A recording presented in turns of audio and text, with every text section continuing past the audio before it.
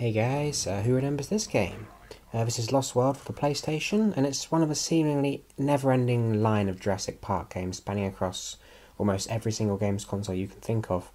Jurassic Park games as a whole are pretty bad, but I suppose since that's subjective, let's just say a lot of them are reviewed as run-of-the-mill and mediocre. As far as the reception it got at the time, this game does nothing to break that mould.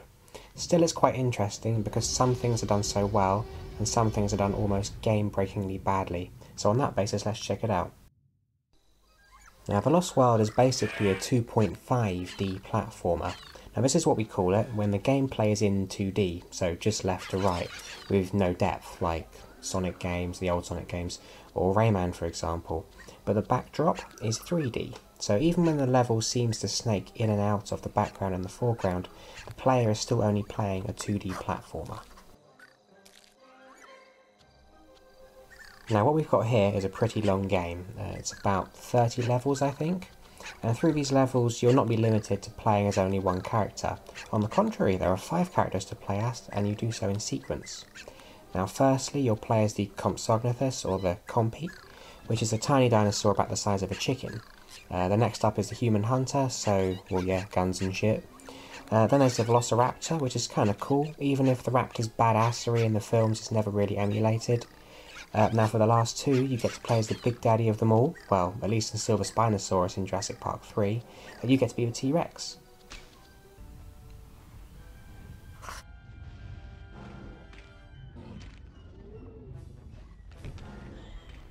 The T-Rex just fed, so it won't be hunting us for food.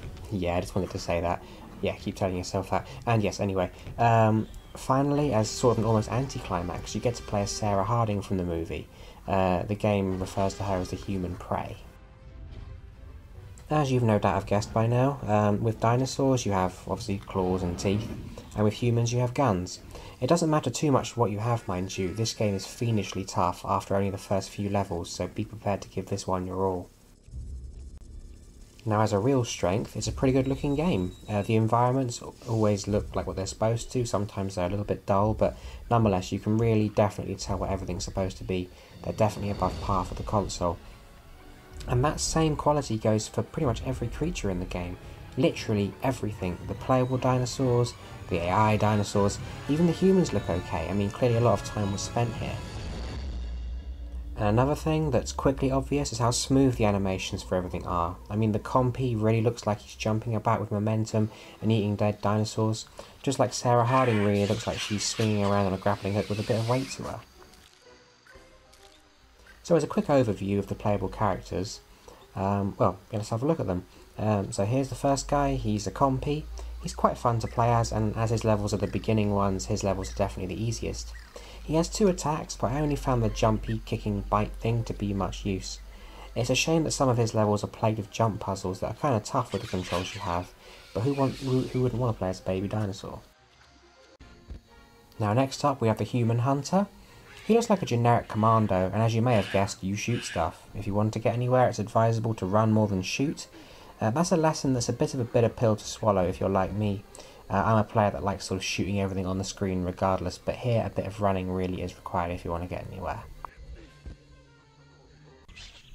Now thirdly we have the Raptor. It lets off all the iconic sounds from the movies and is quite easy to use, but the Compy really was far more agile, and I found it quite difficult to get used to this guy's heavier controls. This is where the game really did start to get a lot trickier. Now second to last, we have the king of dinosaurs, the T-Rex. Now answer me this, who wouldn't want to play the whole game as a damn T-Rex? It's a shame I didn't enjoy his levels so much as I thought I would, but I'll explain that one a little bit later. And yes, finally, you get to play as the human prey, or Sarah Harding. You know, Dr. Malcolm's girlfriend in the film. And she's doing stuff she didn't really do in the film, but it'd be kind of boring if you did all the little that she actually had to do in the movie. Now, one thing I really love are the cutscenes. From a lot of the kind of cartoony looking cutscenes across the PS1 library, these ones look dark and serious. I really enjoyed playing knowing that I'd get another one of these after so many levels. And I'm really kind of struggling to put it into words, but I just felt that they were quite engaging, especially this bit from the end of the human intro.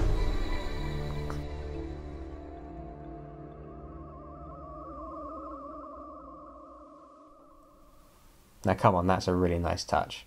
I wish these were more frequent, and I'm really fighting the urge just to shove all these up in a separate video. It really is worth playing this game just to see these. So yeah, in conclusion to that, giving you so many characters was definitely a good move. It keeps things fresh, and the promise that you can tear people apart as dinosaurs, as well as shooting out of the crap of them when the roles switch and you're the hunter, on paper at least, that really is the full package. Now if you haven't played this, I guess you're thinking, so it looks good, the movement's good, the cutscenes are good, there are 30 levels so it's got a bit of longevity. What on earth could be wrong with it? Why was it not very well received? What's the problem? Allow me to enlighten you now. First and foremost, we've got the difficulty. There is no save feature between the levels. There are only save features when you've completed all the levels with each separate character. Now these are sort of a password system. Now on top of that you only start with 5 lives.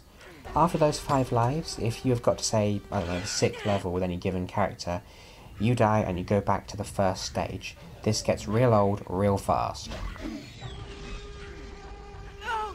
I guess this could be forgiven if the levels were a bit easier, but there are a hell of a lot of things which kill you in literally one hit. I'm talking pitfalls, spikes, even some enemy dinosaurs do insta-kill attacks. There's things like that.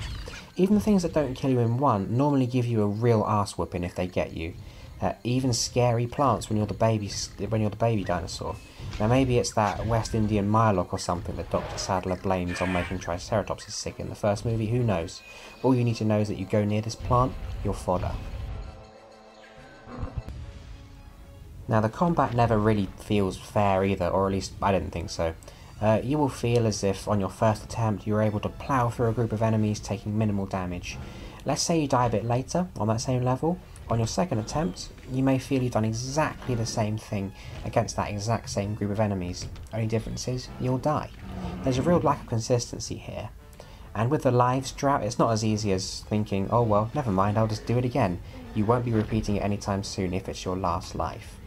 To make it worse, after you have been almost treated to the agility of the compy, every other dinosaur feels pretty unwieldy and unresponsive. I mean, look at me getting banged up as the T-Rex. I'm the T-Rex, for God's sake. The Tyranno, Badass-saurus, demon-destroying Rex. And look how much health I lose when one of these raptors sticks their 6-inch retractable claw in my butt. It's not like my internal organs are there, right?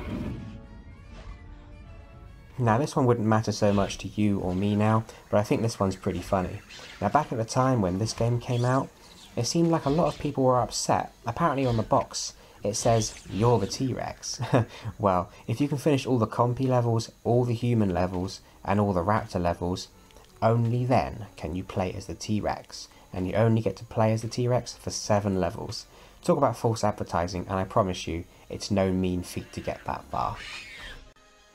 This game has its fair share of bugs too. Occasionally you'll go through platforms that you thought you might be able to go through, but look what my hunter can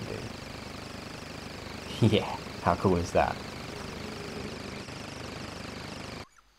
I know I praised the fluid animations earlier, but it doesn't necessarily mean the controls were good. I think this was partly because of the animations, and we didn't want to make things look jerky, but it also means complex jump puzzles, general navigation, and quick movements, which you sometimes require a hell of a lot of, are just much trickier to pull off than they need to be. This is a killer. Platform games require one main thing above everything else: good controls. After that, it doesn't matter if the game's bastard hard. It doesn't matter how bad it looks. This one mechanic can save the day, and this is a good example of how lacking these tight controls can do quite the opposite. When I was younger, I never owned this game, but I did play it at a friend's house. We never got past level 5, and although I got a lot further this time round, it was a struggle, and it was quite unenjoyable for most of it. It's not awful enough to make me roar about it for, you know, like a whole video. On the contrary, actually, it makes me more sad. Now, when I say sad, I kind of mean that, you know, everything this game's got going for it, it's ruined by literally 2 things. I mean, come on, if there was a save option in between every level, then it wouldn't have frustrated the crap out of me like it did. And if there was a bit more attention to detail with the controls, this could have become a true classic. This could have been a benchmark in 2.5D platforming. The saddest thing about this is how it narrowly missed the bar. And then it just goes into the big long list of Jurassic Park games that are absurdly mediocre. It's not one big pile of shit, like Dr. Malcolm would say, but some things do sure stink like it. So I suppose in conclusion, I love you, Jurassic Park Lost World. I just don't need you right now.